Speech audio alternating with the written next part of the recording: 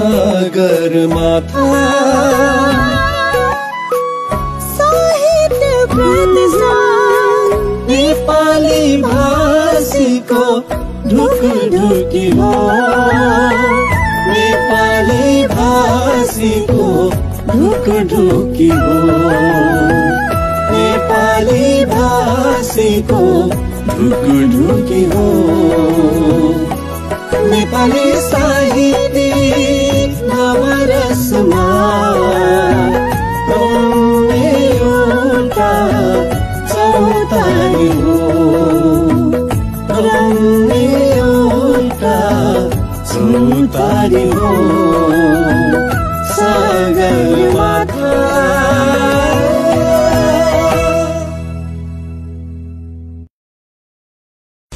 सगरमाथा साहित्य प्रतिष्ठानको media partner साहित्यपोस्ट.com।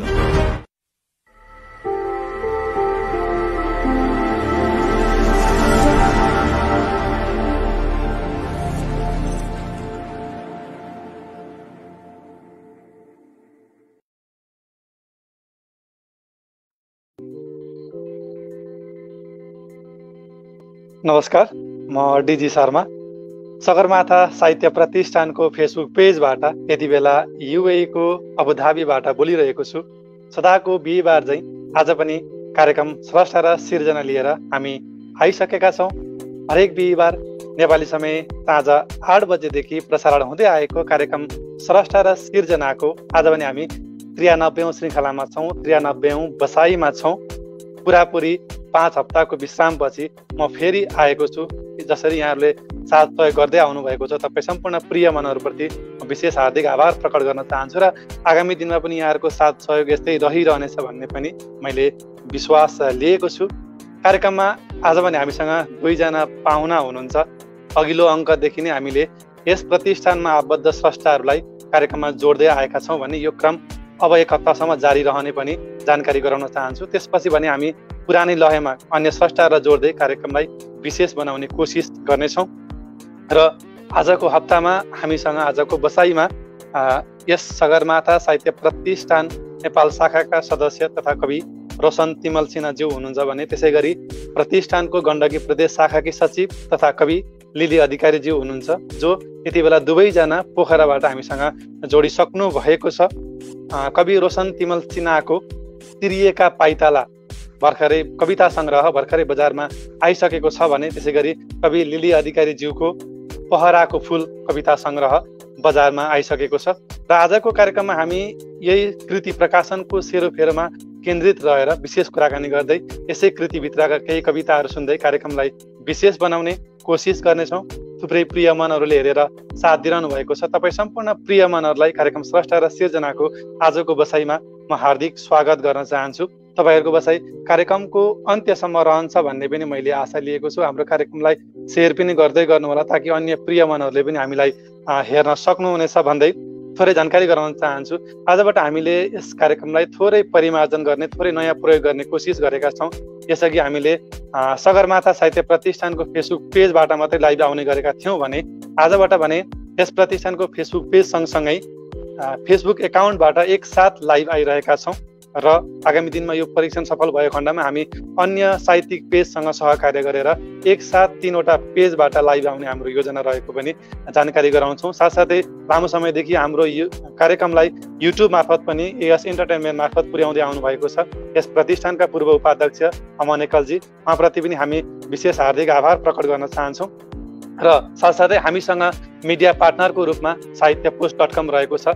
पछिल्लो समय साहित्य वृत्तमा निकै लोकप्रिय बन्दै गइरहेको नेपालको एकमात्र साहित्यिक अनलाइन पत्रिका साहित्यपोस्ट.com हाम्रो मिडिया पार्टनरको रूपमा रहेको छ।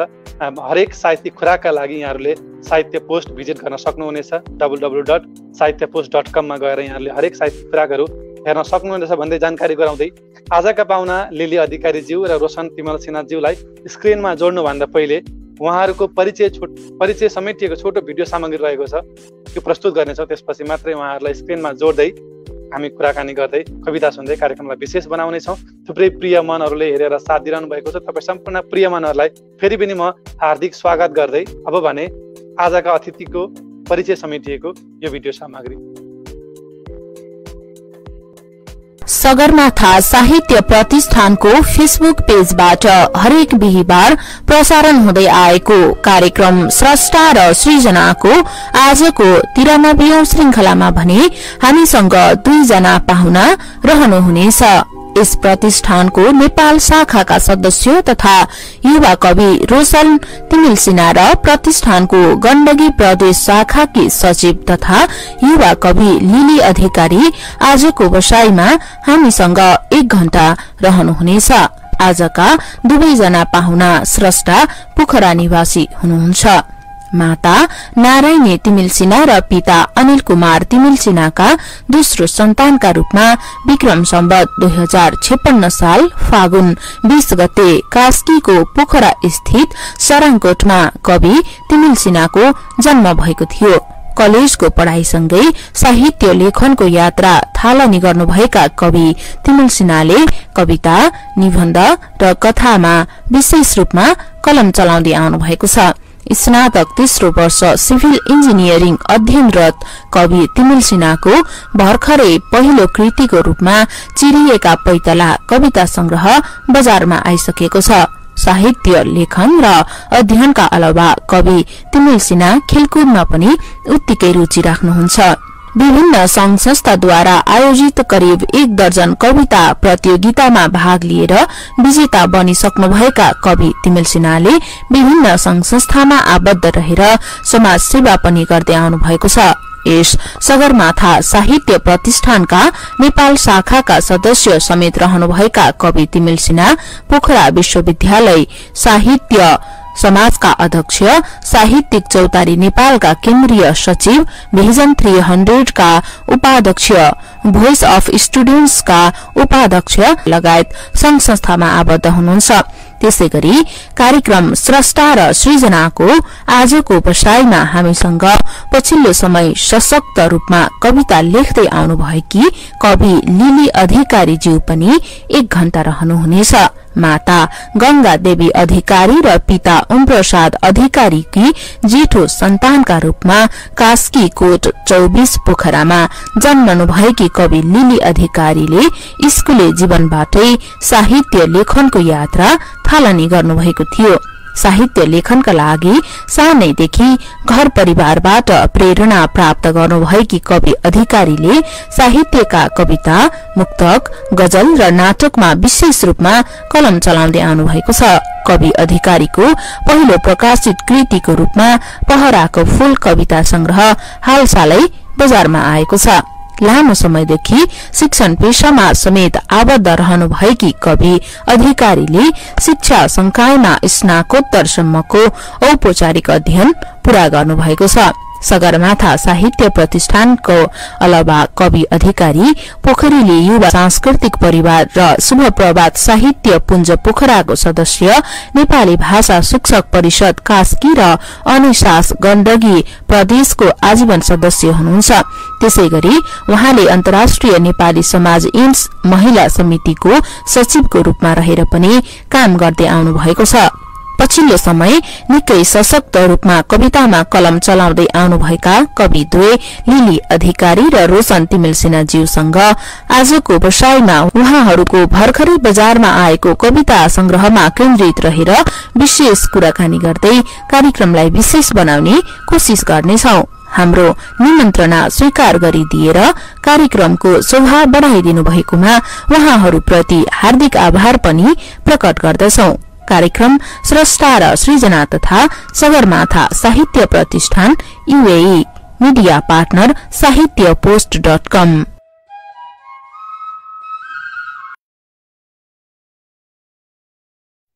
कार्यक्रम स्रष्टा र सिर्जनाको आज भने हामी 93औं श्रृंखलामा छौं, 93औं बसाईमा छौं र कार्यक्रममा यहाँले थाहा पाइसक्नुभएको छ। आजको बसाईमा पोखराका 2 जना युवा कविहरू हुनुहुन्छ, रोशन तिमिल सिन्हाज्यू र लिली अधिकारीज्यू, जो यसै प्रतिष्ठानमा आबद्ध हुनुहुन्छ। र आजबाट भने हामी सगरमाथा साहित्य प्रतिष्ठानको फेसबुक पेज सँगसँगै सगरमाथाको फेसबुक एकाउन्टबाट एकसाथ लाइभ आइरहेका छौं। जहाँबाट हामीलाई हेरिरहनु भएको छ तपाईँ सम्पूर्ण प्रिय मनहरूलाई फेरि पनि म कार्यक्रममा स्वागत गर्दै अब भने म आजका पाहुनालाई स्क्रिनमा जोड्न चाहन्छु। यहाँ दुवैजनालाई कार्यक्रममा हार्दिक स्वागत छ। हार्दिक धन्यवाद। सर्वप्रथम त यहाँहरूको कविता सङ्ग्रह दुवैजनाको कविता सङ्ग्रह बजारमा आइसकेको छ। दुवैजनालाई बधाई शुभकामना पनि भन्न चाहन्छु। यहाँहरूको कृतिले सफलता हासिल गरोस् भन्न चाहन्छु। हामी कार्यक्रममा थुप्रै कुराकानीहरू गर्ने नै छौँ होइन।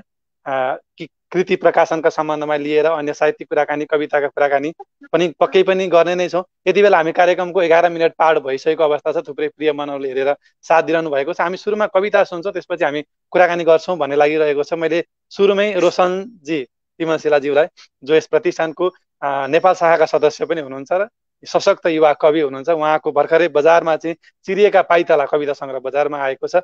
यो विषयमा हामी थप यो कविता सङ्ग्रहको बारेमा थप जानकारी हामी एकछिनमा लिने नै छौँ। हामी सुरुमा कविता सुन्नेछौँ एउटा। नमस्कार सम्पूर्णमा। हामीलाई जुन जुन ठाउँबाट हेर्नु भएको छ सम्पूर्णमा एकमुष्ट रूपमा साहित्यिक नमन प्रकट गर्दछु र सिङ्गो सगरमाथा साहित्य प्रतिष्ठानलाई हार्दिक आभार व्यक्त गर्दछु यो निमन्त्रणाका लागि। सर्वप्रथम चिरिएका पैतालाबाट एउटा कविता वाचन गर्छु।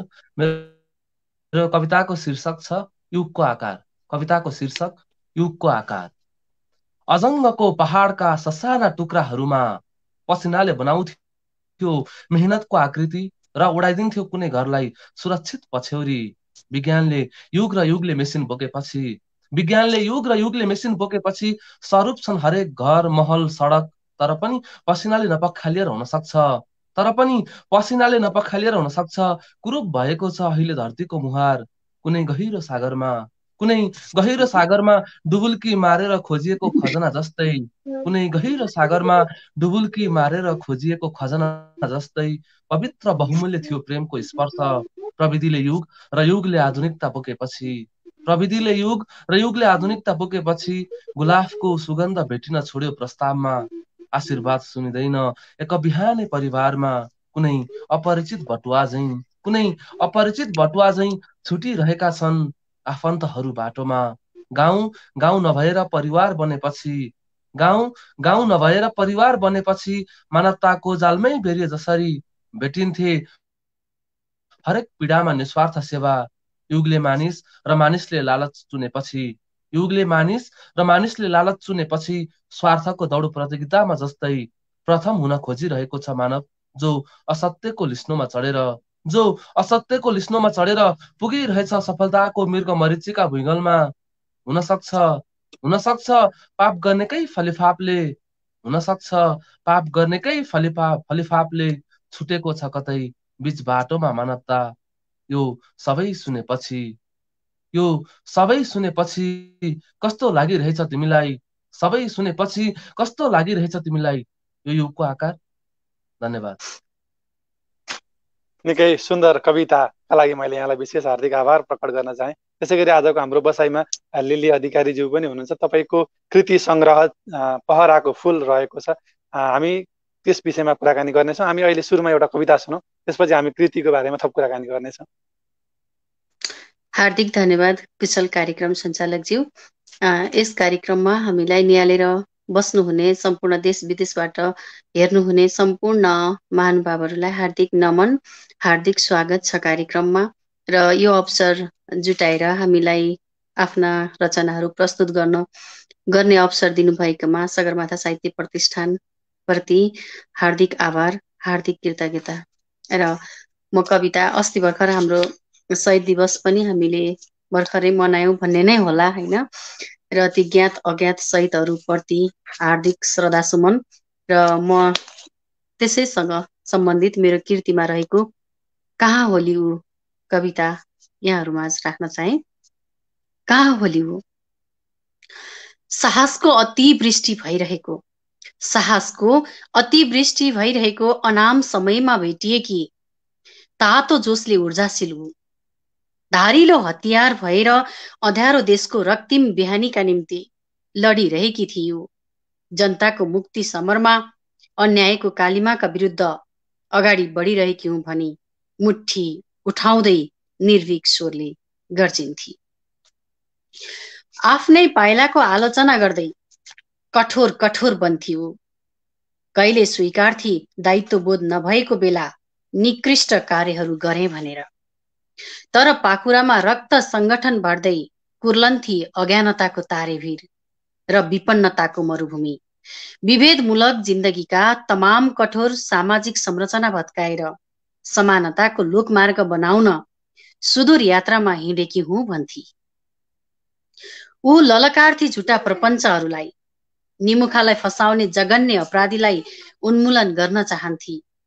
भ्रष्टताका भाइरस र अन्यायका रूढीहरूलाई आफ्नै हातले मृत्युदण्ड दिएर ल्याउन चाहन्थी फिर्ता देशको मुस्कान। सम्याउन मान्छे मान्छे बीचको विभेदको पर्खाल, रगत उम्लने गीत गाएर रातो झण्डाको पृष्ठभूमिमा मलाई नाच्न बाध्य बनाउँथे। हप्तौं बसी ऊ मसँग, तर पनि अपरिचित बनिरही। देश नै घर थियो उसको, नेपाली हो थर भन्थी। निरक्षर भए पनि उसको बोली हुन्थ्यो आगाको झिल्का जस्तो चोटिलो।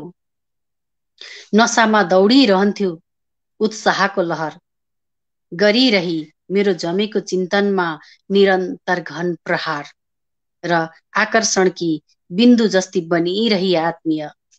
अग्लो पहाडसित लडेर खिनुपर्छ भन्ने ऊ थिई प्रेरक सङ्घर्षकी पुञ्ज। तर पनि होइन ऊ कुनै नेता, न हो उच्च पदकी आकाङ्क्षी। कहीँ कतै उसको अनुहार आउँदैन छापामा अचेल, कहीँ कतै उसको अनुहार आउँदैन छापामा अचेल। कसैको भाषणमा सुनिँदैन उसको नाम, न त कुदिएको छ कुनै शिलालेखमा, न त छे शहीदको लस्करमा। झोलामा लुकाएको बम जस्तै बेनाम, चिसो एम्बुलेन्स जस्ती एक्ली र निष्क्रिय। छापा मार्दा मार्दै आफ्नै हत्केलाका रेखाबाट गुमनाम। छापा मार्दा मार्दै आफ्नै हत्केलाका रेखाबाट गुमनाम। क्रान्तिको स्मृति जस्ती सुन्दर युवती कहाँ होली? जेका विरुद्ध लडेकी थिए त्यसैका प्रवर्तक भएका छन् उसका सहयोद्धाहरू। जसको प्रतिरोध गरेकी थिए तिनैका निर्देशनमा चलेका छन् उसका स्वप्न द्रष्टाहरू। स्वार्थीहरूको भर्याङ बनाएर आफ्नो दुस्साहसलाई आफ्नै अस्तित्वको अङ्गालोसँग औठी जोरी खेल्ने कसैकी प्रतिनिधि पात्र त होइन, तर आफ्नै पीडाका आँसुको अपमान सहेर कहाँबाट संसार हेरिरहेकी होली। छलिएको समय र लुछिएको विषाद मुद्रामा कहाँ होली ऊ? छलिएको समय र लुछिएको विषादको मुद्रामा कहाँ होली ऊ? कहाँ होली ऊ? हार्दिक धन्यवाद। निकै सुन्दर मार्मिक कविताका लागि यहाँलाई विशेष हार्दिक आभार प्रकट गर्न चाहन्छु। थुप्रै कमेन्टहरू आइरहेको छ सुन्दर सुन्दर भनेर। तपाईँ सम्पूर्ण प्रिय मनहरूलाई पनि म विशेष हार्दिक आभार प्रकट गर्न चाहन्छु। कार्यक्रम स्रष्टा र सिर्जनामा हामीले सामान्यतया अन्य सर्जकहरूलाई जोड्दै आएका थियौँ र अघिल्लो अङ्कदेखि भने यसै प्रतिष्ठानमा आबद्ध केही स्रष्टाहरूले चाहिँ कृति प्रकाशन गर्नु भएको हिसाबले चाहिँ उहाँहरूको कृतिलाई थोरै भए पनि प्रचार गर्ने, प्रमोसन गर्ने र त्यो कृतिमा केन्द्रित रहेर केही कुराकानी गर्ने हिसाबले हामीले अघिल्लो अङ्कदेखि अब अर्को अङ्कसम्म हामी सगरमाथामा आबद्ध रहनुभएका स्रष्टाहरूलाई जोड्नेछौँ, यो हामीले जानकारी गराइसकेका छौँ। र आज भने हामीसँग गण्डकी प्रदेश शाखाकी सचिव लिली अधिकारीज्यू र नेपाल शाखाका सदस्य रोशन तिमल सिन्हाज्यू हुनुहुन्छ। दुवैजना पोखराबाट जोडिनु भएको छ। पछिल्लो युवा पुस्तामा निकै सशक्त रूपमा कविता लेख्दै आउनु भएको छ। उमेरका हिसाबले निकै कम्ती भए पनि कविता लेखनका हिसाबले रोशनजी निकै सशक्त रूपमा अगाडि बढिरहनु भएको छ। लिलीजीको त्यसरी नै अगाडि बढिरहेको छ। म रोशनजीबाटै सुरुवात गर्न चाहन्छु। यहाँको चिरिएका पाइताला कविता सङ्ग्रह बजारमा आइसकेको छ, कतिको हातमा नपरेको हुन सक्छ। यस्तो अवस्थामा चिरिएका पाइतालाको कविता सङ्ग्रहको बारेमा थोरै भन्नु पर्यो भने कसरी बताइदिनुहुन्छ? थोरै जानकारी गराइदिनु। प्रश्नका लागि धन्यवाद। चिरिएका पाइताला विमोचन भएको पौष 26 गते हो। लगभग 1 महिना पुग्दैछ चिरिएका पाइताला। र यसलाई कलम प्रकाशनले चाहिँ यसलाई प्रकाशनमा ल्याएको हो, प्रकाशित गरेको हो। जुन मेरो कविताहरू छ ती कविताहरूलाई अमिट रूपमा एउटा कविता सङ्ग्रहको रूपमा चाहिँ कलम प्रकाशनले यसलाई बजारमा ल्याएको हो। र विभिन्न ठाउँमा कविता सङ्ग्रह पुग्ने क्रम चाहिँ जारी नै छ। विशेष गरी कविता सङ्ग्रहहरू जस्तो पब्लिकेसनबाट कुनै डिलरहरूमा पुगेर डिलरहरूले पुस्तक पसलमा पठाउने क्रम जारी रहेको हुँदा विभिन्न ठाउँहरूमा जुन जुन पुस्तक पसलमा पाइने हो किताबको ठाउँहरू र ती पुस्तक पसलको नामहरू चाहिँ कलम प्रकाशनको फेसबुक पेजले र म आफैले पनि फेसबुकमा चाहिँ पोस्ट पनि गरेको थिएँ। यी पुस्तक पसलहरूमा चाहिँ कविता सङ्ग्रह पाइन्छ भनेर। र विशेष गरी काठमाडौँ उपत्यकामा चाहिँ पुस्तकको फ्री डेलिभरी रहेको छ। कलम प्रकाशनलाई सम्पर्क गरिसकेपछि फेसबुक पेजमा वा उहाँहरूको नम्बरमा सम्पर्क गरिसकेपछि काठमाडौँ उपत्यकामा चाहिँ पुस्तकको फ्री डेलिभरी पनि छ र अन्य ठाउँहरूमा चाहिँ बिस्तारै पुग्ने क्रम चाहिँ जारी नै छ। लगभग 1 महिना भइसकेको छ कृति प्रकाशन भएको र बिक्रीको हिसाबले केही मजाले राम्रोसँग बिक्री पनि भइरहेको छ। धेरैको हातमा पुगिसकेको अवस्थामा सामाजिक सञ्जालमा पनि धेरैले अथवा त्यसलाई प्रतिक्रिया दिइरहनु भएको अवस्था छ। यहाँले चाहिँ कविता सङ्ग्रह प्रकाशित भइसके पछाडि त्यो कविता सङ्ग्रहलाई लिएर के कस्ता प्रतिक्रियाहरू, के कस्ता किसिमका सुझावहरू अथवा प्रतिक्रियाहरू के कस्ता पाइरहनु भएको छ, त्यो पनि थोरै जानकारी गराइदिनु। कविताको बारेमा धेरैजनाले त अब भनौँ न कविता प्रकाशन भइसकेपछि वा प्रकाशित भइसकेपछि धेरैजनाले चाहिँ मलाई धेरै हौसला पनि दिनुभयो।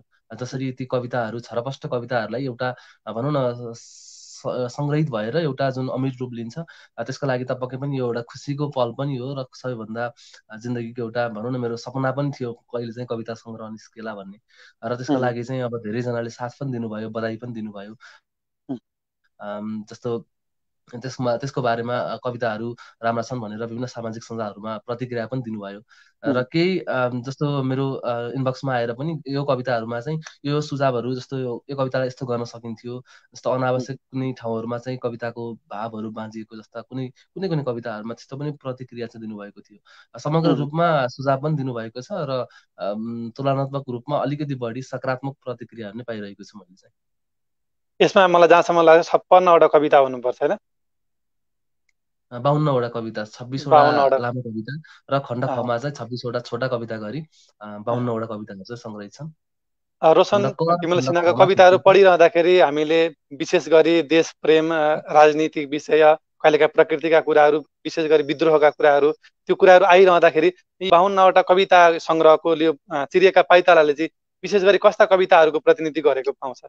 के छ त्यस विशेष कविताको? त्यसको विशेष गरी कविता सङ्ग्रह चिरिएका पैतालामा यो युगका जुन कुराहरू छन्, यो युग कसरी अहिले अघि बढिरहेको छ, जस्तो हाम्रो समाजमा भएका विसङ्गति विकृति केहरू विसङ्गति भइरहेका छन्, के विकृतिहरू भइरहेका छन् र हामी आम जीवनमा आइरहेका समस्याहरू, हामी आम जनताले चाहिँ भोग्नु परेका समस्याहरू, जस्तो राजनीतिको प्रभाव, यो देशले कसरी अहिलेका जनताहरू प्रभावित छन्, कसरी गरिबीले अन्धकार जीवन बिताइरहनु परिरहेको छ, यस्ता कुराहरू समग्र रूपमा यो देशका जुन गरिबीहरू छन्, महिलाका समस्याहरू छन्, भेदभावहरू छन्, विसङ्गति विकृतिहरू छन्, विशेष गरी तिनै कविताहरूमा चाहिँ आधारित छ यो सङ्ग्रह।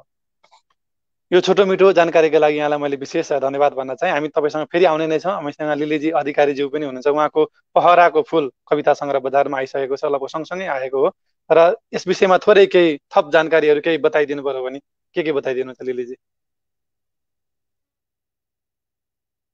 तपाईँको आवाज आइरहेको छैन, माइक म्युट हुनुपर्छ। हजुर धन्यवाद। पहराको फुल पनि मङ्सिरको 18 गते मात्रै विमोचन गरिएको हो र जस विमोचन पनि धेरै साहित्यिक व्यक्तित्वहरूको उपस्थिति थियो। यहाँहरूले चाहिँ धेरैले माया गरिदिनु भयो, त्यो मायाको लागि म सदैव ऋणी छु। साथमा मैले सगरमाथा साहित्य प्रतिष्ठान नै मेरो यो कृतिको प्रकाशक भएको हुनाले अब यहाँहरू नै टाढा टाढा हुनुहुन्छ, त्यो त सर्वविदितै छँदैछ र मैले सकेसम्म चाहिँ पुर्याउने कोसिस चाहिँ जारी गरेकी छु। पश्चिमतिर चाहिँ विष्णुपादुका दाईदेखि लिएर उहाँसँग केही कृतिहरू छन् अनि त्यस्तै गरी पूर्वमा पनि हाम्रै सुमित्रा सुमी बहिनीले चाहिँ पूर्वसम्म पुर्याउने काम गरिदिनु भएको थियो। त्यस्तै गरी तनहुँतिर पोखरामा त धेरै ठाउँमा चाहिँ रहेका छन् अनि त्यसपछि चाहिँ लमजुङसम्म पुगेको छ अनि काठमाडौँ पनि रोशन भाइले पुर्याइदिनु भएको हो र यसरी नै क्रमिक रूपमा चाहिँ मेरो कृतिहरू चाहिँ पुग्दैछन्, ठाउँ ठाउँमा पुग्दैछन् अनि धेरै कृतिहरू चितवनतिर हाम्रो अजित उत्सव दाइले चाहिँ धेरै ठाउँमा जहाँ जहाँ आफ्नो कार्यक्रम भएको छ उहाँले चाहिँ मेरा कृतिहरू पनि लगिदिनु भएको छ। उहाँको यो हार्दिकताप्रति म एकदमै ऋणी छु र हार्दिक धन्यवाद पनि अजित दाइलाई र मलाई जसले सहयोग गर्नुभएको छ उहाँहरूप्रति म सदैव ऋणी छु र हजुरहरूको त्यो गुण अनि त्यो हौसला, त्यो प्रेरणा सधैँ हृदयमा रहिरहनेछ र कृतिलाई चाहिँ अझै पनि अगाडि बढाउने अनि सबैले चाहिँ पढेर पाठकीय प्रतिक्रियाहरू दिइरहनु भएको छ। जसले हातमा परेको छ उहाँहरूले पाठकीय प्रतिक्रिया दिनुभएको छ। कति धेरैले सल्लाह सुझावहरू पनि दिनुभएको छ। सबैको सल्लाह सुझाव र प्रतिक्रियाहरूलाई चाहिँ मैले मनन गरिरहेकी छु। धेरैले हौसला दिने काम गर्नुभएको छ। यस्तै छ। पक्कै पनि लिलीज्यूको कविता सङ्ग्रह पहराको फुल युएमा पनि आइपुगेको छ। यो हामीले हात पर्न चाहिँ बाँकी छ, तर युएमा आइसकेको अवस्था छ। हामी त्यसलाई चाँडै नै सबैको हातमा पुर्याउने कोसिस गर्नेछौँ र पहराको फुल भनेर के कुरालाई सङ्केत गर्न खोज्नु भएको छ कविता, समग्र कविता सङ्ग्रहभित्र कविताहरूलाई चाहिँ? अब समग्र कविताभित्र धेरै कुराहरू समेटिएको छ। जीवन जगतकै कुराहरू छन् नि। अब अघिको जस्तो अब अज्ञात शहीदहरूदेखि लिएर हैन, नारी वेदनादेखि लिएर समाजमा देखिएका विकृति विसङ्गतिदेखि लिएर अनि हाम्रो सामाजिक संरचना हैन, समाजभित्र रहेका कुप्रथाहरूको कुराहरू, अनि त्यस्तै गरेर सामाजिक विकृति जुन विसङ्गति छँदैछ नि, त्यो विकृति र विसङ्गतिप्रति चाहिँ सकेसम्म बिम्बात्मक रूपले चाहिँ प्रस्तुत गर्ने कोसिस गरेकी छु। अब पहिलो कृति न हो हैन, पहिलो कृति भनेपछि अब यहाँहरूको सल्लाह सुझावले चाहिँ अर्को कृतिमा चाहिँ खारिएर माझिएर आउने प्रयत्न गर्नेछु। पहराको फुल भन्नाले हजुर, पहराको फुलले सङ्केत गर्न खोजेको के हो भने एक त पहरो रसाउनै गाह्रो हुन्छ, त्यसमा बिरुवा उम्रिएर फुल उम्रनलाई चाहिँ एकदमै कठिन हुन्छ नि त हैन र। त्यस्तै हरेक सिर्जना होस्, हरेक राम्रा कामहरू होस्, जे कामको लागि पनि कठिन हुन्छ नि त। जिन्दगी कठिन तरिकाले मात्रै फुल्न सक्छ भन्ने त एउटा सङ्केत होस्। साहित्यमा होस्, शिक्षामा होस्, राजनीतिमा होस्, समाजमा होस्, हरेक पक्षमा चाहिँ अगाडि बढ्नका लागि पहरो फोरिनुपर्छ र त्यहाँबाट बल्ल फुलेको फुलले चाहिँ सुगन्ध दिन सक्छ हैन। र त्यतिसम्म हामीले सङ्घर्ष गर्न सक्नुपर्छ भन्ने मात्रै हो। अब यहाँहरूको बुझाइमा के लाग्छ? पक्कै पनि हामी थप कुराकानी गर्ने नै छौँ। यहाँ जीवित खड्का मगरज्यू जो यस प्रतिष्ठानको केन्द्रीय अध्यक्ष हुनुहुन्छ, उहाँले एउटा कुरा राखिदिनुहुन्छ, स्क्रिनमा आउने प्रतिक्रिया सानो रूपमा आएको छ, यसलाई देख्न सकिरहेको छैन, यसलाई पहिलेको चाहिँ बनाउँदा हुन्छ होला भन्नुभएको छ। म जानकारी गराउन चाहन्छु, यो हामीले यो सिस्टमलाई जुन कार्यक्रमबाट स्ट्रिम यार्डबाट हामीले कार्यक्रम लाइभ गरिरहेका छौँ, यो सिस्टमलाई हामीले थोरै अपग्रेड गरेका छौँ। त्यो अपग्रेड पछाडि यो परिवर्तन आएको र त्यसले गर्दाखेरि यो सिस्टमले नै यसो बनाएको, मैले यसमा केही गर्न सक्दिनँ। र यो अपग्रेड गरे सँगसँगै हामीले एउटा कार्यक्रमलाई 3वटा फेसबुक पेजबाट एकसाथ लाइभ गर्ने सिस्टम हामीले बनाएका छौँ र आज पनि हामी सगरमाथा साहित्य प्रतिष्ठानको फेसबुक पेज र फेसबुक एकाउन्टबाट एकसाथ लाइभ आइरहेका छौँ र भोलिका दिनमा हामी अन्य साहित्यिक पेजसँग सहकार्य गरेर यस कार्यक्रमलाई एकसाथ 3वटा पेजबाट लाइभ गर्ने हाम्रो योजना रहेको पनि मैले अघि पनि जानकारी गराएँ र फेरि पनि जानकारी गराउन चाहन्छु। र म कुराकानीतर्फ नै जोड्न चाहन्छु। मैले अस्ति भर्खर एउटा आर्टिकल पढेको थिएँ, साहित्य पोस्टमा हुनुपर्छ जहाँसम्म लाग्छ, हाम्रो यस कार्यक्रमको मिडिया पार्टनर पनि साहित्य पोस्ट रहेको छ। त्यहाँ के लेखिएको थियो भने, मैले लेखकको नाम बिर्सेँ, पछिल्लो समयमा युवा पुस्ताका लेखकहरू चाहिँ कृति प्रकाशनमा एकदमै हतारिन्छन् अथवा हतार गर्छन् भन्ने मैले त्यहाँ पढेको थिएँ किसिमको आर्टिकल। लिलीजीको त अब धेरै समय भयो लेख्नु भएको, रोशन भाइको कुरा गर्दाखेरि चाहिँ उमेरका हिसाबले पनि धेरै भइसकेको छैन ल, लेखनको हिसाबले पनि त्यति धेरै भइसकेको अवस्था छैन, कतै मैले कृति निकाल्न अलिक हतार गरेको चाहिँ भन्ने चाहिँ लाग्छ लाग्दैन? पक्कै पनि यो चाहिँ म स्वीकार्छु। मैले कविता लेखनको जुन यात्रा छ त्यो धेरै लामो समय भएको छैन। विशेष गरी जुन कविताका सैद्धान्तिक कुराहरू हुन्छन्, संरचनात्मक कुराहरू हुन्छन् र कविता नै अध्ययनको हिसाबले अलिकति म भाषाको विद्यार्थी नभइकन मैले भनेको छु इन्जिनियरिङको विद्यार्थी पनि हुँ। अलिकति भाषाको रूपमा जुन वृहत रूपमा अध्ययन हुनुपर्छ र जसरी एउटा भाषालाई बुझिसकेपछि र कविताको एउटा जुन एउटा रूप लिन्छ त्यो लिन सकेको छ कि छैन त्यो चाहिँ म अहिले आफूलाई निहालिरहेको छैन। विशेष गरी जुन मेरा कविताहरू थिए ती कविताहरूलाई विशेष रूपमा कलम प्रकाशनले नै यो कविता उहाँहरूको एउटा जुन समूह छ उहाँहरू बसेर यो निर्णय लिइसकेपछि चाहिँ उहाँहरूले यो कविता सङ्ग्रह उहाँहरूकै एउटा भनौँ न टोलीले समूहले चाहिँ यसलाई बजारमा ल्याएको हो।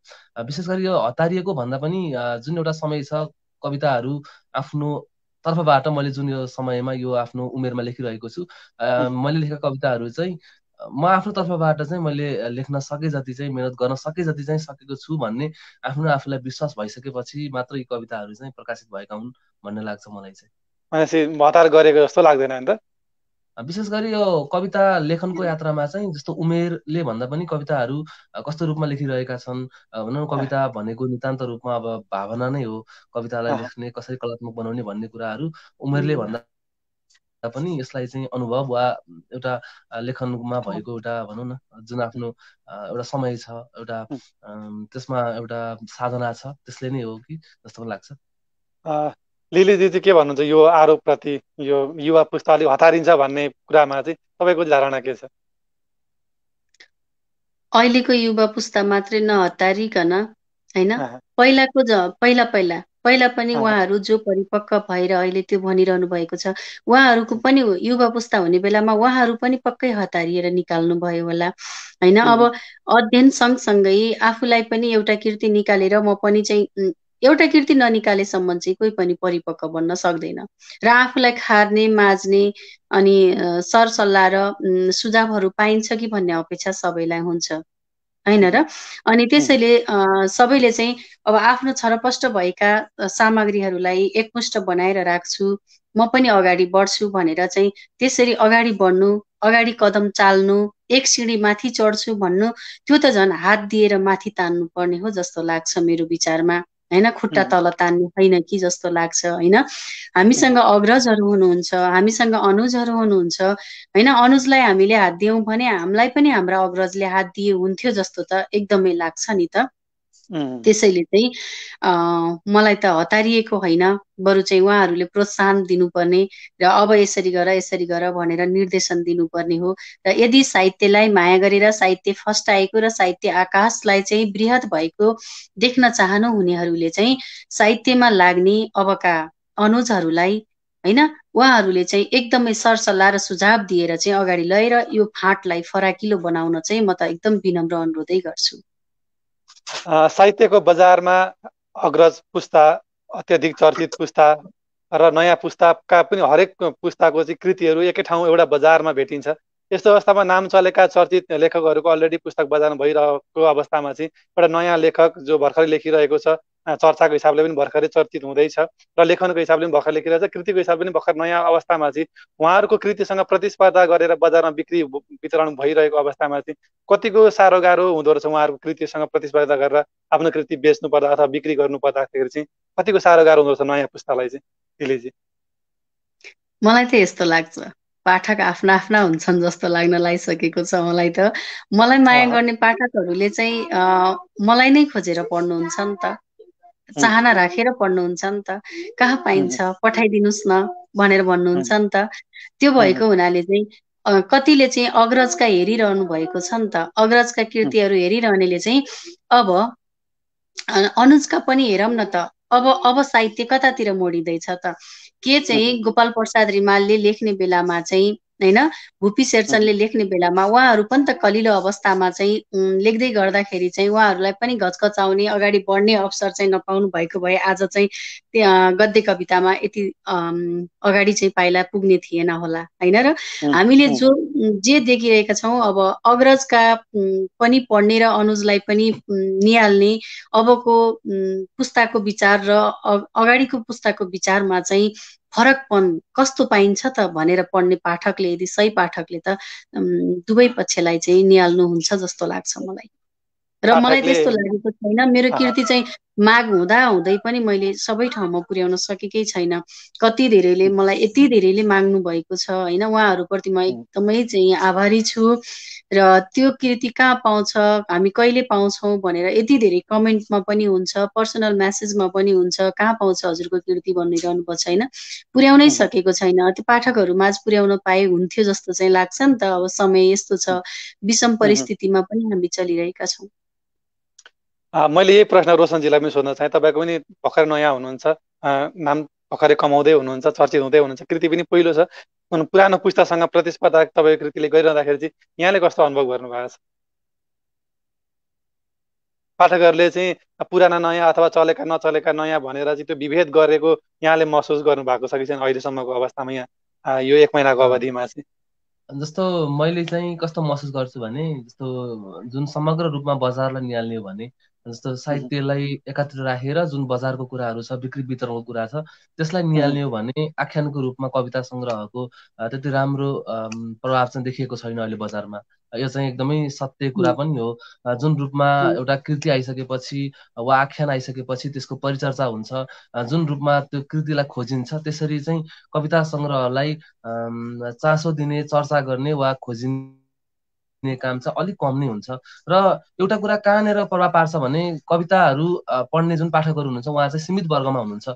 जस्तो कथाहरू आख्यानहरू चाहिँ अलिक बढीले बुझ्ने, उपन्यासहरू अलिक बढीले बुझ्ने, त्यसै रूपमा चाहिँ कथाहरू अथवा उपन्यास आख्यानको चाहिँ अलिक बढी बिक्री वितरण पनि हुन्छ, खोज्न पनि सजिलो हुन्छ।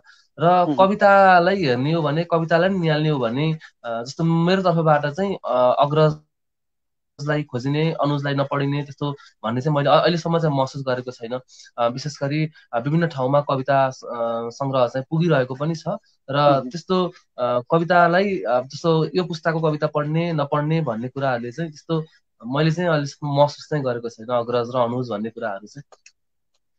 कार्यक्रम स्रष्टा र सिर्जनाको आज हामी 93औं श्रृङ्खलामा छौँ, 93औं बसाइमा छौँ र कार्यक्रममा आज हामीसँग यसै प्रतिष्ठानमा आबद्ध सदस्यज्यूहरू हुनुहुन्छ र यति बेला थुप्रै प्रिय मनहरूले हेरेर साथ दिइरहनु भएको छ। तपाईँ सम्पूर्ण प्रिय मनहरूलाई कार्यक्रम स्रष्टा र सिर्जनामा फेरि पनि म हार्दिक स्वागत गर्न चाहन्छु। तपाईँहरूको बसाइ कार्यक्रमको अन्त्यसम्म रहन्छ भन्ने पनि मैले आशा लिएको छु। हाम्रो कार्यक्रमलाई सेयर पनि गर्दै गर्नुहोला ताकि अन्य प्रिय मनहरूले पनि हेरेर साथ दिन सक्नुहुनेछ।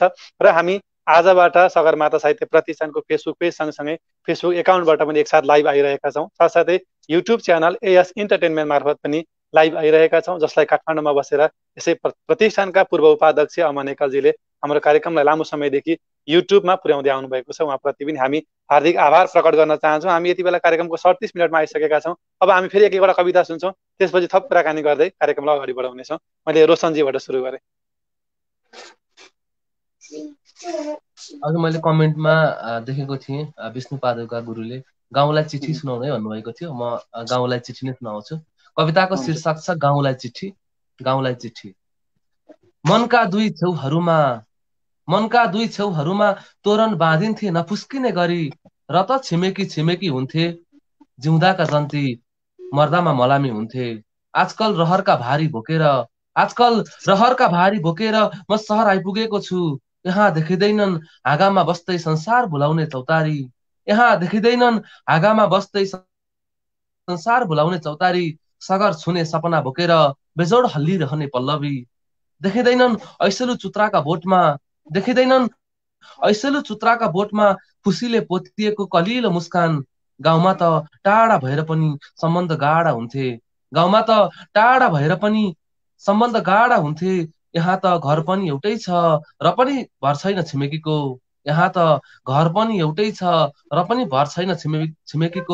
बन्द छन् कोठाभित्र मान्छे। लाग्छ सहरका प्रत्येक कोठा छुट्टा छुट्टै सिमाना हुन्, छुट्टा छुट्टै संसार हुन्। एक्लो भएको भावमा बुढो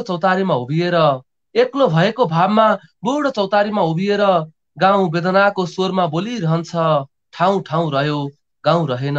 ए गाउँ म आउनेछु तिमीलाई सजाउन। फेरि उसै गरी घङ्गाउला मादल। आउनेछु हावाको स्पर्शमा तिमीसँग बात गरिरहन। म आउनेछु समृद्धिका रङ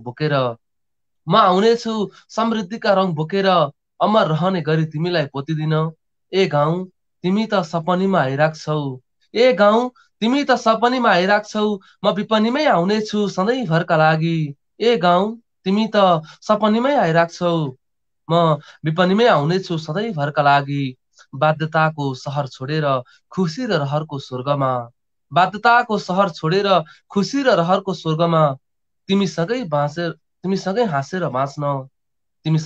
हाँसेर बाँच्न फेरि आउनेछु। धन्यवाद। धन्यवाद छ सुन्दर कविताका लागि। मैले ढिलो नगरिकन लिलीजीलाई अनुरोध गरेँ एउटा कविताको लागि। मैले पनि अघि त्यहाँ स्क्रिनमा देखिरहेकी थिएँ विष्णु पादुका दाइले धोका कविता पढ्नुहोस् है भनेर कमेन्ट गर्नुभएको थियो। मैले पनि त्यही उहाँको अनुरोधलाई स्वीकारेर धोका कविता नै राख्न चाहे। धोका। एक्लो एक्लो यात्राका पट्यार लाग्दा प्यासहरू, एक्लो यात्राका पट्यार लाग्दा प्यासहरू, नभेटिएका होइनन् बाटामा बोतलको पानी, जुजुधौ र आइसक्रिम जस्ता शीतलताहरू। नभेटिएका होइनन् बाटोमा बोतलको पानी, जुजुधौ दही र आइसक्रिम जस्ता शीतलताहरू। लाग्यो प्यास त मेटिन्छ कुवाकै पानीले। तिर्सनाको भारी आशाको डोरीले कसेर, तिर्सनाको भारी आशाको डोरीले कसेर पुगे हतारिँदै कुवामा। तिमी त बेइमानी, कुवा धमिल्याउँदै कुवाभित्रै बसेका रहेछौ काँचुली फेरेर। तिमी त बेइमानी, कुवा धमिल्याउँदै कुवाभित्रै बसेका रहेछौ काँचुली फेरेर, बसेका रहेछौ काँचुली फेरेर। यो मेरो छोटो कविता थियो, प्रस्तुत गरेँ मैले। हार्दिक धन्यवाद। कविताका लागि यहाँलाई विशेष आभार प्रकट गर्न चाहे। कार्यक्रम स्रष्टा र सिर्जनाको आज हामी 93 श्रृङ्खलामा छौँ, 93औं बसाइमा छौँ। थुप्रै प्रिय मनहरूले हेरेर साथ दिइरहनु भएको छ। तपाईँ सम्पूर्ण प्रिय मनहरूलाई फेरि पनि म हार्दिक स्वागत गर्न चाहन्छु। र आजको बसाइमा हामीसँग यस प्रतिष्ठानमा आबद्ध नेपाल शाखाका सदस्य रोशन तिमल सिन्हाज्यू र कण्डकी प्रदेश शाखाकी सचिव तथा कवि लिली अधिकारीज्यू हुनुहुन्छ। उहाँहरूसँग हामी थप कुराकानी पक्कै पनि गर्नेछौँ। त्योभन्दा अगाडि हामी छोटो विश्राम लिनेछौँ, त्यसपछि हामी थप कुराकानी गर्दै कार्यक्रमलाई अगाडि बढाउने नै छौँ। अहिलेलाई भने यो छोटो विश्राम।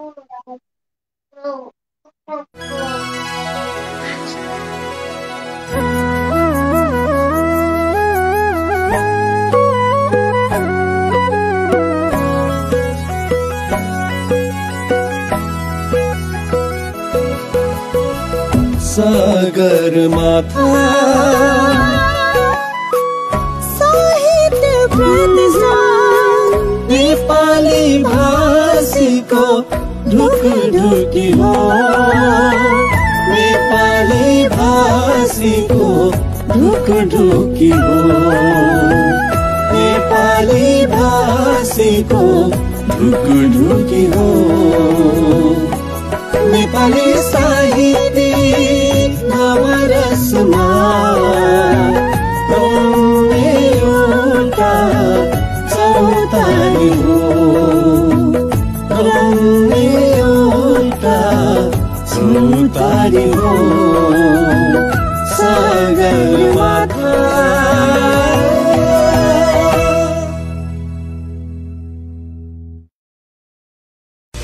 सगरमाथा साहित्य प्रतिष्ठानको मिडिया पार्टनर साहित्यपोस्ट.com।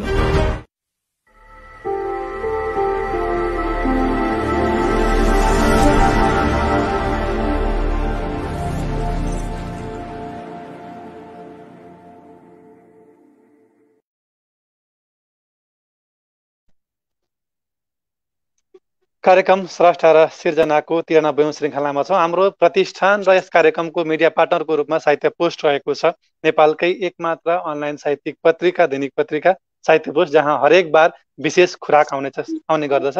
www.sahitypost.com मा गएर यहाँहरूले साहित्यका विविध खुराकहरू पढ्न सक्नुहुनेछ भन्दै अब अनि म कुराकानीतर्फै थोरै जोड्न चाहन्छु। अघि रोशनजीले चाहिँ थोरै कुरा उठाइहाल्नुभयो कि कविताका पाठकहरू आख्यानको तुलनामा कविताका पाठकहरू कम्ती हुन्छन् भन्नुभयो। म थोरै यसमा के जोड्न चाहेँ भने कविताका पाठक कम्ती भएका हुनुमा चाहिँ हामीले पाठकले खोजे जस्तो कविता लेख्न नसक्नु अथवा उहाँहरूले खोजे जस्तो हामीले लेखेर नदिनुमा हो, अथवा यसमा कवितामै त्यस्तो अरू केही डिफेक्ट भएर हो, अथवा उहाँहरूले खोजेको जस्तो आख्यानमा उहाँहरूले जसरी खोज्नुहुन्छ त्यो किसिमको पाएर पाठक उता जानुहुन्छ।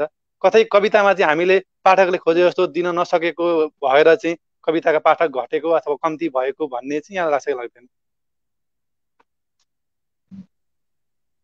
विशेष गरी त्यो पनि हुनसक्छ, जस्तो जुन तरिकाले हामीले कविता लेखिरहेका छौँ यो समयमा, विशेष गरी गद्य कविताका कुरामा र गद्य कविता लेखिरहँदा जुन हिसाबमा हामीले गद्य कविता भन्नु परिरहेका हुन्छौँ, गोपाल प्रसाद रिमालका, भुपी शेरचनका, भुपी शेरचन कविता जस्तै भनौँ न उनकै कृति घुम्ने मेचमाथि अन्धो मान्छे धेरै पढियो, धेरै छापियो पनि। तर जुन तरिकाले अब जस्तो भनौँ न कविताहरू पढ्ने अथवा कुनै व्यक्तिलाई सोध्ने हो भने पनि सायद कविताको वा त कविता सङ्ग्रहको नाम चाहिँ कमै सुनिन्छ होला। जस्तो कविता आफ्ना मन परेका 5 पुस्तकहरू भनेर धेरै ठाउँमा पढ्ने हो भने पनि त्यहाँ विशेष गरी उपन्यास वा आख्यानकै जुन किताबहरू छन् तिनै देखिन्छन् यो धेरै धेरै ठाउँहरूमा चाहिँ।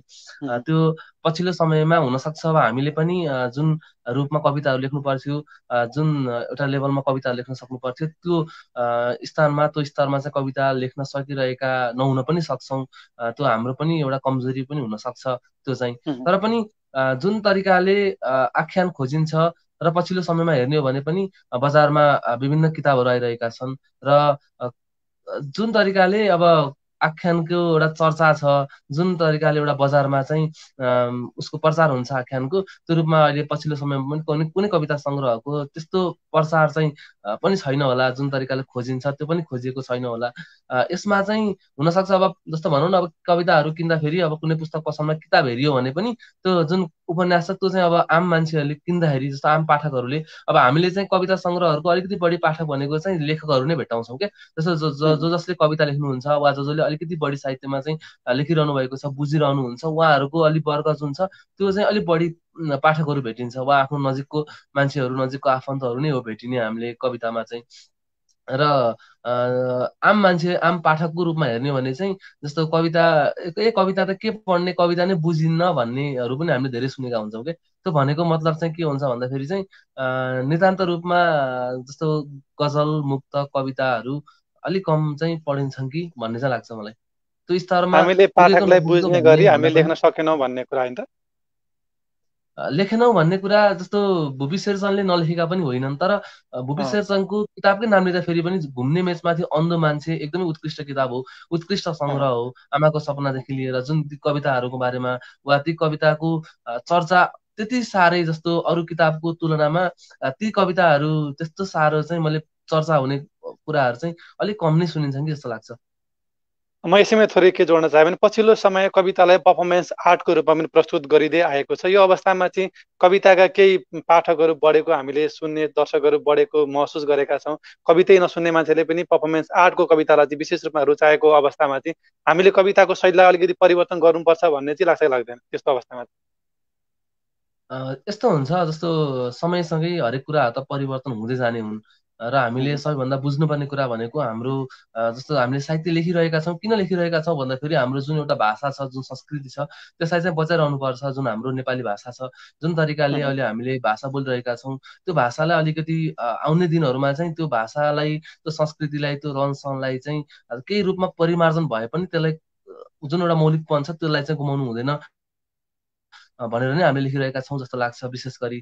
र पछिल्लो समयमा धेरै पनि देखिन्छ जस्तो अलिकति भनौँ न म्युजिकल कविताहरूमा वा अन्य जुन नयाँ तरिकाले कविता आउने क्रम चाहिँ जारी छन्, त्यो एउटा सकारात्मक पक्ष पनि हो। किनकि जसरी भए पनि मानिसले साहित्यलाई चिन्ने मौका पायो, कविलाई चिन्ने मौका पायो, कुनै एउटा मान्छेलाई, साहित्यमा लागिरहेको मान्छेलाई चिन्न पाउँछ वा चिन्छ भने त्यो चाहिँ एकदमै राम्रो पक्ष हो हुन चाहिँ। तर जसरी अलिकति कविताहरू नयाँ तरिकाले आउनु वा कविताका संरचनात्मक कुराहरू हुन्छन्, जुन कविताले एउटा पाउनुपर्छ, कविताको कला बिम्बहरूको कुरा हामीले भनिरहेका हुन्छौँ, कविताको भनौँ न अलिकति संरचनात्मक कुरामा हेर्ने हो भने कविता कस्तो हुनुपर्छ भन्ने कुराहरूलाई निहाल्ने हो भने ती कविताहरूमा सायद ती पक्षहरूलाई अलिकति नभेट्न पनि सकिन्छ। केही रूपमा परिमार्जित हुनुपर्छ, तर पनि जुन कविता भनिसकेपछि कला र बिम्बको तान भनेर हामीले भनिरहेका हुन्छौँ, जुन एउटा भनौँ न एउटा विकास हुँदै आइरहेको एउटा संरचना छ, त्यसलाई चाहिँ ख्याल पनि गर्नुपर्छ र यसलाई परिमार्जित हुनुपर्छ वा परिमार्जन भएको कुरालाई चाहिँ एकदमै सकारात्मक रूपमा हेर्छु। किनकि त्यो साहित्य नपढ्ने मान्छेले, नसुन्ने मान्छेले पनि साहित्य पढ्ने एउटा मौका पाउँछ वा उसको जुन इच्छा छ त्यही अनुसार चाहिँ उसले हेर्न पायो, सुन्न पायो भने चाहिँ त्यो त राम्रो कुरा नै हो लाग्छ मलाई चाहिँ। मैले यही प्रश्न लिलीजीलाई सोध्न चाहेँ, यहाँलाई के लाग्छ कविताको पाठक घट्नुमा चाहिँ के कारण, अथवा पाठक कविता अन्य तुलनामा चाहिँ कविताका पाठकहरू कम हुनुमा चाहिँ यहाँलाई के लाग्छ? मैले भने जस्तो पाठकले मन पराउने गरी अथवा उनीहरूले चाहे अनुसारको हामीले नलेखेको अथवा अरू नै केही कारणले हो पाठक चाहिँ कम्ती भएको, यहाँलाई के लाग्छ? माइक अन गरिदिनु। हार्दिक धन्यवाद। मलाई चाहिँ कविताको पाठ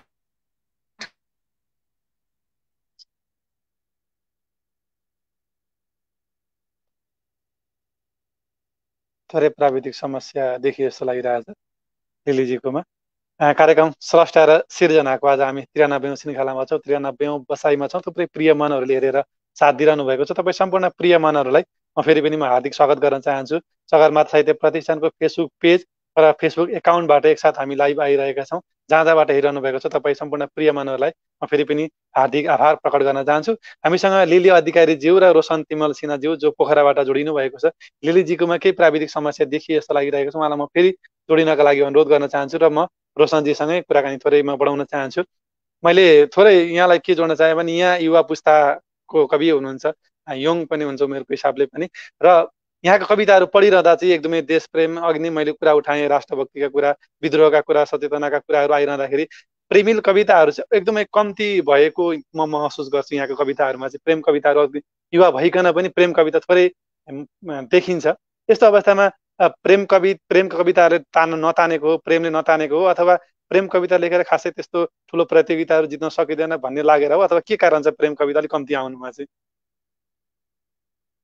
जस्तो कविताहरू भनेका कविता नै हुन्। ती कविताहरू प्रेम कविता हुन् वा अन्य जुनसुकै विधाका जुनसुकै प्रकारका कविताहरू हुन्, ती भनेका सबै कविता हुन्। कविताको वर्गीकरण गर्नुभन्दा पनि म कविता नै लेखिरहेको छु, त्यसलाई वर्गीकरण गर्नुभन्दा पनि। र कुनै प्रतियोगितामा स्थान वा भन्नुभन्दा पनि जुन बेला एउटा कविता भनेर चिन्ने मौका मिल्यो र मैले जुन कविता भनेर बुझेँ, त्यो बेलामा चाहिँ कविताहरू भनेको एउटा समाजलाई सकारात्मक दिशातिर लानुपर्छ। कवितालाई जुन समाजमा भइरहेका विसङ्गतिहरू छन्, व्यथितिहरू छन्, तिनलाई चाहिँ हामीले जुन साहित्य प्रेमी मनहरू छ आफ्नो तर्फबाट ती कुराहरूलाई अरूलाई बुझाउन सक्यो भने यसले समाजमा चाहिँ केही हदसम्म चाहिँ रूपान्तरण हुन, एउटा आवाज चाहिँ, एउटा बुलन्द आवाज चाहिँ फुकाउन सक्छ, एउटा आवाज चाहिँ पक्कै पनि ठाउँ ठाउँमा पुग्न सक्छ भन्ने मैले त्यो बेलामा चाहिँ जुन एउटा कविता लेखेँ, त्यो बेलामा मेरो बुझाइ नै अब भनौँ न जुन समाजमा भइरहेका कुराहरू छन् वा देश विदेशसँग सम्बन्धित कुराहरू, तिनै कविताहरू तिनै आसपासमा तिनै परिवेशमा रहेर एउटा सुरुवाती चरणमा चाहिँ मैले यस्ता कविताहरू लेख्नुपर्छ भनेर ती कविताहरूमा चाहिँ एउटा अभ्यास पनि भयो र तिनै कविताहरू लेखिरहँदा चाहिँ पछिल्लो समयमा चाहिँ मैले प्रेमिल कविताहरू लेख्न प्रयास गरे पनि नसकेको अवस्था चाहिँ हो। मैले त्यस्तो प्रेमिल कविताहरू कुनै सङ्ग्रहमा नराख्नको लागि वा कुनै प्रतियोगितामा नपठाउनको लागि त्यस्तो भनेर चाहिँ कविताहरू नलेखेको भन्ने चाहिँ होइन। तर आफ्नो बुझाइ अनुसार चाहिँ मैले लेख्ने क्रममा वा लेख्ने जुन सिकाइको एउटा प्रारम्भिक समय थियो, त्यो समयमा नै कविता भनेका नै समाज रूपान्तरण हुनुपर्छ। कवितामा कविताले चाहिँ कुनै मानिसहरूलाई चाहिँ एउटा सकारात्मक सोचको विकास गर्नुपर्छ भन्ने एउटा सुरुमा चाहिँ त्यस्तै एउटा भनौँ न एउटा विकास भयो भावनाको। त्यही हिसाबमा चाहिँ कविताहरू सायद सङ्ग्रहमा प्रेमिल कविता नआउनुको कारण पनि त्यही नै होला जस्तो लाग्छ। समाजका कविता लेखेर समाज परिवर्तन गर्न सके जस्तै प्रेमका कविता लेखेर प्रेमलाई पनि प्रेमको परिभाषालाई पनि त परिवर्तन गर्न सकिन्थ्यो होला नि त? सकिन्छ। मैले जस्तो प्रेमिल कविताहरू लेख्न प्रयास पनि गरेको हुँ। मैले जस्तो यो सङ्ग्रहमा राख्न नसकेको पनि हो अवस्था चाहिँ। पक्कै पनि अब प्रेमका परिभाषाहरू, प्रेमलाई कुन तरिकाले रूपान्तरण गर्ने भन्ने सकिन्छ। र प्रेम भनेको एउटा जुन भनौँ न हामीले युवा पुस्ताको रूपमा जस्तो कुनै दुई विपरीत लिङ्गहरू बिच चाहिँ प्रेम जुन हुन्छ त्यो प्रेमलाई मात्र नभइकन यी कविताहरूमा आएका एउटा समाजको प्रेम, एउटा जुन बाबुले छोरालाई वा आमा जुन एउटा सन्तान परिवारको एउटा प्रेम छ त्यो प्रेमलाई यी विभिन्न रूपमा चाहिँ यसमा प्रेमहरू नआएका भन्ने होइन। कवितामा धेरै ठाउँमा प्रेम आएको छ। देशको प्रेमदेखि लिएर, आमाको प्रेमदेखि लिएर जुन एउटा चिन्तन छ, एउटा बहिनीहरूको लागि जुन बलात्कार जस्ता घटनाहरू घटिरहेका छन्, ती घटनाहरूमा एउटा भनौँ न एउटा सम्बन्धको जुन एउटा चिन्तन छ, त्यसमा पनि एउटा दाजुभाइ दिदीबहिनीहरूको बिचको प्रेमको परिभाषा चाहिँ हामीले देखिरहेका छौँ। र विशेष गरी एउटा कविता प्रेमको परिभाषा भनेर मैले यसमा राख्दाखेरि चाहिँ त्यो कवितामा नै जस्तो प्रेमको परिभाषा वा त्यस्तै लेख्दाखेरि चाहिँ नलेखेको प्रेम भन्ने एउटा सङ्ग्रह कवितामा चाहिँ जस्तो त्यो प्रेम लेख्न खोज्दा खोज्दै त्यो प्रेम चाहिँ बाबुको प्रेम होइन, पिताको प्रेम, त्यो कविता बन्यो। र कवितामा प्रेमै नआएको भने होइन, तर जुन तरिकाले अहिलेको युवा पुस्तामा जुन प्रेम भनिन्छ त्यो प्रेम चाहिँ नहटाएको होला सायद। म लिलीजीसँग एकछिन आउनेछु। हामी कार्यक्रमको अन्त्यमा पनि आइसकेका छौँ। मैले रोशनजीलाई नै सोध्न चाहेँ, तपाईँले थुप्रै कविता प्रतियोगितामा भाग लिँदै आउनुभएको छ र पुरस्कार विजेता पनि बन्दै आउनुभएको छ। यस्तो अवस्थामा त्यस किसिमका विभिन्न सङ्घ संस्थाहरूले आयोजना गर्ने प्रतियोगिताहरू चाहिँ कतिको निष्पक्ष रूपमा हुन्छन् भन्ने यहाँलाई लाग्छ? त्यो त अब आयोजकमा नै भर पर्ने कुरा हो होइन। जस्तो कुनै समयमा चाहिँ प्रतियोगिताहरूलाई लिएर विवादहरू बनाइन्छ, विशेष गरी प्रज्ञा प्रतिष्ठानकै कविता प्रतियोगितामा विभिन्न नकारात्मक टिप्पणी आइरहेका हुन्छन्, कविता सङ्ग्रहमा यस्तो हुन्छ उस्तो हुन्छ कविता प्रतियोगितामा भनेर। र त्यो चाहिँ अब आयोजककै कतिको आयोजकले चाहिँ अब व्यवस्थापन गरेको छ भन्ने कुरामा हो भर पर्ने। तर धेरै ठाउँमा चाहिँ मैले प्रतियोगिताहरू लिएको ठाउँमा जस्तो म आफू स्थान पाएर वा नपाएर भन्ने भन्दा पनि धेरै ठाउँमा चाहिँ म आफूले जुन ठाउँमा भाग लिएको छु त्यो ठाउँमा चाहिँ निष्पक्ष निर्णय चाहिँ भएको हो भन्ने महसुस लाग्छ। र कुनै ठाउँमा चाहिँ सुन्निएको रहेको हुन्छ। अब भनौँ न कुनै ठाउँमा चाहिँ जस्तो गद्य कवितालाई मात्र बनायो, छन्द कवितालाई मात्र बनायो, तिनै कविताहरूमा चाहिँ विभाजन गरेर तिनै कविताहरूलाई चाहिँ वर्गीकरण गरेर कुनै विधालाई वा कुनै त्यो गद्य कविता छन्द कविता भनेर पुरस्कृत गर्यो भन्ने कुराहरू पनि सुनिरहेका हुन्छन्। त्यो चाहिँ अब ठाउँ ठाउँमा त्यो त आयोजकमा नै भर पर्ने कुरा हो, निष्पक्षता हुने नहुने भन्ने कुरा त। यो सुन्दर विचारका लागि यहाँलाई विशेष धन्यवाद छ। म लिलीजीसँग अघिकै प्रश्नमा आउन चाहे, कविताका पाठक किन कम्ती भएका होलान् त्यही विषयमा म जोड्न चाहन्छु र हामी कार्यक्रमलाई लगभग टुङ्ग्याउनेछौँ एउटा कविता एक एकवटा कविता सुनेर। मलाई त काव्य साधक जो हुनुहुन्छ उहाँहरूले पक्कै पनि कविता पढिरहनुहुन्छ होइन। र कविता बुझ्ने क्षमता जसले राख्नुहुन्छ उहाँले कविता पढ्नुहुन्छ। त्यसैले पाठकको कमी होइन होला, कविताको रुचि जसमा छ उहाँले चाहिँ पढ्नुहुन्छ। एकजनाको रुचि छ भने त्यो पनि त 100% हो नि त कविता पाठक होइन। त्यसैले कविता बुझ्नु र कविता साधना गर्नु र कविता पढ्नु भनेको चाहिँ त्यो साधकका लागि पाठकका लागि कमी होइन। तर बजारमा के हुन्छ भने अब आख्यान चाहिँ सबैले बुझ्नुहुन्छ, अलि सरल र तरल तरिकाले बगेको हुन्छ होइन। अब कवितामा बिम्बात्मक हुन्छ अनि प्रतीकात्मक हुन्छ, साङ्केतिक हुन्छ, त्यसैले पनि होला। हजुर, हामी थप कुराकानी अब गर्दैन, एउटा कविता सुन्छु। त्योभन्दा अगाडि अब लेखनको विषयलाई लिएर अब यहाँको आगामी दिनका योजनाहरू के कस्ता रहेका छन् त्यो पनि थोरै जानकारी गराइदिनु। अब लेख्न त मैले पहिला नाटक लेख्ने गर्थेँ होइन, धेरै पहिला नाटक लेख्थेँ, स्कुलहरूमा मञ्चन पनि गरियो धेरै नै। अनि त्यसपछि चाहिँ मुक्तक पनि लेख्ने क्रममै छु होइन। तर मसँग चाहिँ लेख्ने धेरै कलम चलिहाल्यो भने कवितामै कलम चल्छ। पढ्न चाहिँ म कथा पढिरहेको हुन्छु, उपन्यास नै पढेको हुन्छु, पाएसम्म धेरै म कविता नै पढेको हुन्छु। अब यस्तै हो, पाठक चाहिँ पनि उयो हरेकलाई भनेर हेरे जस्तै मैले सबै पढे पनि मेरो कलम चाहिँ दौडिहाल्न पर्यो भने सबैभन्दा पहिला कविता भनेर नै कलम त्यतै दौडिएको मैले महसुस गर्छु। र अब आगामी दिनमा चाहिँ यही निस्कन्छ भन्ने छैन, हेरौँ समयले कुन ल्याउँछ। पक्कै पनि यहाँको कविता सङ्ग्रह आए जस्तै आगामी दिनमा पनि अन्य कृतिका अथवा कविताकै अन्य सङ्ग्रहहरू पनि आउँछन् भन्ने हामीले आशा लिएका छौँ र त्यसको लागि हामी शुभकामना बधाई पनि भन्न चाहन्छौँ। अब हामी कार्यक्रमको आजको बसाइको अन्तिम कविता तपाईँको तर्फबाट। मेरो तर्फबाट हुन्छ, म सिस्नोको फुल भन्ने एउटा कविता राखेँ है त। सिस्नोको फुल, चट्टान जस्तै उसलाई सक्दैन कसैले गलाउन, तर तिमी भने निरन्तर सिट्ठी बजाइरहेछौ आफ्नो संशयको कमजोर कुकरमा। सल्काउन खोजिरहेछौ आफ्नै घर आगोको बिउ रोपेर, उसका हरेक श्वास प्रश्वासमा बजिरहेछ अत्यास लाग्दा सुस्केर। तिमी कहिल्यै बुझ्न सक्दैनौ उसमा उर्लिरहेका वेदनाका अर्थहरू। आफ्नै बारी गोडमेल गर्न नभ्याउने उसलाई कहिल्यै रहर भएन अर्काको बगैँचामा नजर लगाउने। तर पनि तिमी सोचिरहेछौ उसको यात्रालाई अस्पष्ट र घुरमैलो। आफ्नै कर्मले कुदिएर मनोमय मूर्ति बनी ऊ, तिमी जस्ता हजारौंको भावना बुझेर गुप्त कालिका जस्तै पुजिने, तर अदृश्य बन्न चाहन्छे ऊ। उर्वर माटो हो सिर्जनाका बाली झुलाउँछे, स्वप्निल पौरखले ओठमा हिमाल फुलाउँछे। उसको खुलेको आकाशमा तिमी आशंकाको बीज रोपेर उसलाई भत्काउन अति वृष्टि गराउँछौ। गहिरो गल्छीमा सेती बगाउँछौ तिमी आफै भन हजारौंबाट पुजिने आस्थाकी देवीलाई किन अप्रिय आरोप लगाउँछौ उसको आफ्नै सिर्जनाको यौवन लाली गुराँस चाहिँ फुलिरहेको छ उसलाई आफ्नै आँगनमा दुम्सी र सर्पको काँडा बन्नु छैन तर तिमी भित्रभित्रै किन उपहासका अग्नि परीक्षा लेख्छौ फूल त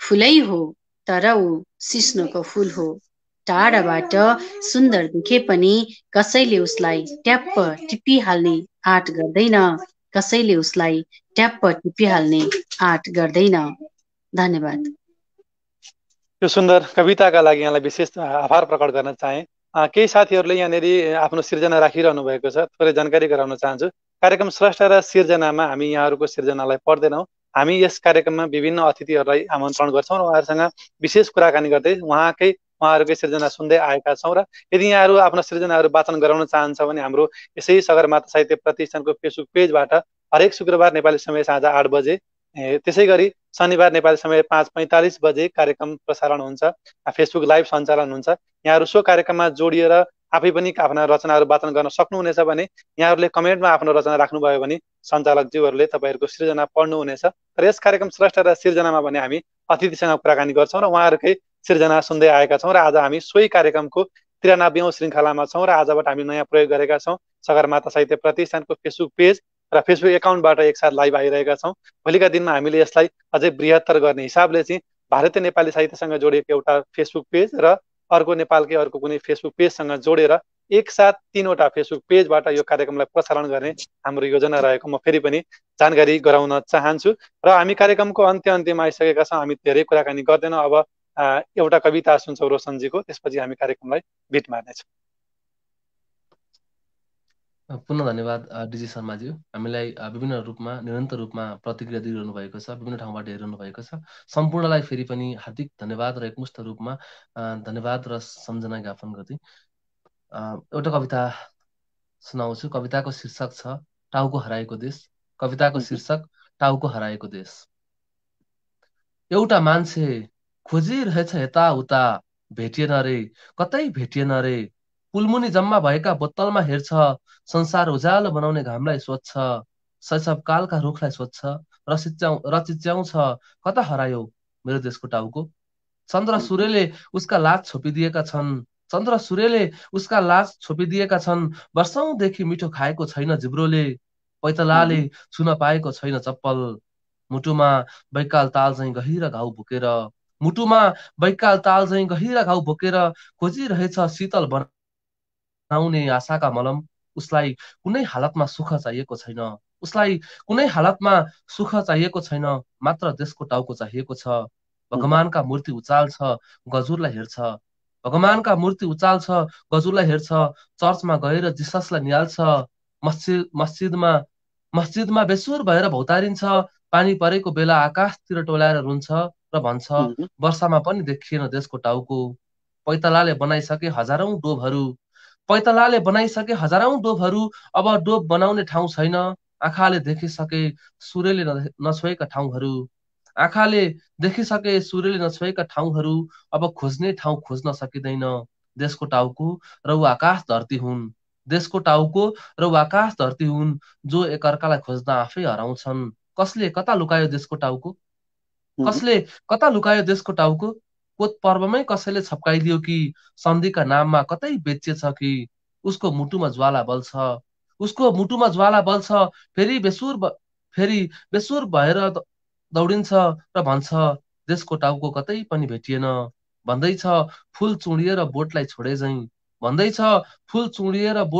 झैं बादलले धरती छोडेर आकाशबाट चुहिए झैं रोहिरहेछन् आमाका आँखा सम्झिएर पुरानो देशको टाउको हराएपछि त आँसुले समुद्र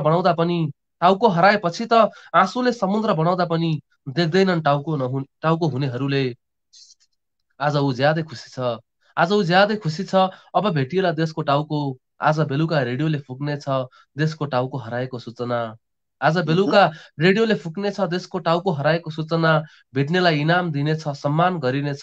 यसरी हराएको आफ्नै होस् नखोजी, यसरी हराएको आफ्नै होस् नखोजी एउटा पागल बेसुर भएर, यसरी हराएको आफ्नै होस् नखोजी एउटा पागल बेसुर भएर देशको टाउको खोजिरहेछ। धन्यवाद। निकै मार्मिक सुन्दर कविताका लागि यहाँलाई मैले विशेष हार्दिक आभार प्रकट गर्न चाह्यौँ। अब भने हामी कार्यक्रममा टुङ्ग्याउनेछौँ। जाँदा जाँदै थोरै मैले केही सोध्न छुटाएका, यहाँलाई केही भन्न मन लागेका थोरै थप केही कुरा छन् भने थोरै राख्न सक्नुहुनेछ। रोशनजी। सर्वप्रथम त सगरमाथा साहित्य प्रतिष्ठानलाई हार्दिक धन्यवाद ज्ञापन गर्छु। यसरी विभिन्न ठाउँबाट स्रष्टाहरू जोडेर, अतिथिहरू जोडेर र हामीलाई नै संस्थागत रूपमा लिएर धेरै जनासँग यसरी सहकारी रूपमा गरेर एउटा साहित्यमा अघि बढ्ने वातावरण सृजना गरिदिनु भएको छ। समस्त यो सगरमाथा साहित्य प्रतिष्ठानलाई हार्दिक धन्यवाद ज्ञापन गर्दछु। र हामीलाई निरन्तर रूपमा हेरिरहनुभएका, हामीलाई विभिन्न ठाउँबाट सुनिरहनुभएका र यस पश्चात लाइभमा रेकर्डेड कार्यक्रम हेर्नुहुने सम्पूर्णलाई फेरि पनि धन्यवाद ज्ञापन गर्दछु। र हजुरहरूले दिनुभएको साथ हौसला, तिनै मलाई हजुरहरूले जुन साथ दिइरहनु भएको छ, हौसला दिइरहनु भएको छ मेरो लेख्ने एउटा लेखन यात्रामा, त्यही नै सबैभन्दा ठुलो कुरा हो। हजुर सबैको प्रेमका लागि ऋणी छु र पुनः सबैलाई हार्दिक धन्यवाद ज्ञापन गर्दछु। हजुरलाई पनि एकदमै धन्यवाद डिजी शर्माज्यू, एकदमै कुशल कार्यक्रम सञ्चालन गर्दै आइरहनु भएको छ। समस्तमा फेरि धन्यवाद ज्ञापन गर्दछु। यहाँलाई पनि विशेष धन्यवाद छ। त्यसै गरी लिलीजी अन्त्यमा थोरै केही। यस कार्यक्रममा हामीलाई निमन्त्रणा दिएर हाम्रा पनि विचारहरू राख्ने अवसर दिनुभयो। त्यसका लागि सर्वप्रथम सिङ्गो सगरमाथा साहित्य प्रतिष्ठानप्रति हार्दिक आभार र कार्यक्रम निहालेर निरन्तर प्रतिक्रिया दिइरहनुहुने सम्पूर्ण साहित्य प्रेमी लगायत हामीलाई जसले निहाल्नु भएको छ यहाँहरूप्रति न्यानो माया साथै चाहिँ हार्दिक धन्यवाद। र यसरी नै अग्रज अनुजहरू सबैलाई चाहिँ स्थान दिनुहोला होइन, र दिइरहनु भएको छ। जुन यो कार्यक्रम अहिले यति धेरै लोकप्रिय बनेको छ र यसको लोकप्रियता अझै बढ्दै जाओस् र सगरमाथा संसारको कुना कुनासम्म पुग्न सफल होस्, शुभकामना हुन्छ। धन्यवाद। यहाँहरू दुवैजनालाई पनि म विशेष हार्दिक आभार प्रकट गर्न चाहन्छु। आफ्नो व्यस्त समय हुँदाहुँदै पनि हाम्रो कार्यक्रमको लागि समय निकालिदिनु भयो र केही कुराकानी, केही कविताहरू सुनाइदिनु भयो। यहाँहरू दुवैजनालाई विशेष रूपमा हार्दिक आभार प्रकट गर्न चाहन्छु। र यहाँहरूको सगरमाथामा यहाँहरू आबद्ध रहेर निकै सक्रिय रूपमा लागिरहनु भएको छ, त्यसका लागि पनि हामी विशेष रूपमा केन्द्रीय कमिटीबाट विशेष रूपमा हार्दिक आभार प्रकट गर्न चाहन्छौँ। यहाँहरूले सगरमाथा युएमा जन्मिएको सगरमाथालाई नेपालका शाखामा, नेपालमा चाहिँ यहाँहरूले सक्रिय रूपमा सगरमाथालाई प्रस्तुत गरिरहनु भएको छ, त्यसप्रति पनि हामी आभारी छौँ। र आगामी दिनमा पक्कै पनि सगरमाथामा आबद्ध रहनुभएका स्रष्टाहरूले कृति प्रकाशन गरेको खण्डमा पक्कै पनि उहाँहरूलाई हामी जोडेर यसरी नै फेरि कार्यक्रम गर्ने नै छौँ। र अर्को बिहिबार पनि हामी यसरी नै दुईजना स्रष्टालाई, सगरमाथामै आबद्ध हुनुभएका स्रष्टालाई जोड्नेछौँ र केही विशेष कुराकानी गर्दै कार्यक्रमलाई विशेष बनाउनेछौँ। त्यसपछि भने हामी अन्य स्रष्टालाई जोडेर पहिलेको चाहिँ जाने अवस्थामा कार्यक्रमलाई लग्ने हाम्रो योजना रहेको छ भन्दै सम्पूर्ण प्रिय मानवहरूलाई एकमुष्ट रूपमा साथ दिनुभएकोमा तपाईँ सम्पूर्ण प्रिय मानवहरूलाई म हार्दिक आभार प्रकट गर्न चाहन्छु। र यस कार्यक्रमलाई तपाईँहरूमाझ पुर्याउनका लागि पर्दा पछाडि बसेर प्राविधिक रूपमा निकै महत्त्वपूर्ण सहयोग गर्नुहुने यस प्रतिष्ठानका केन्द्रीय अध्यक्ष जीवित खड्का मगर, जसले यस कार्यक्रमको लागि अतिथि स्रष्टाहरू खोज्दै आउनु भएको छ, उहाँसहितको एउटा टिम छ जसले चाहिँ अतिथि स्रष्टाहरू खोज्दै गरेको छ।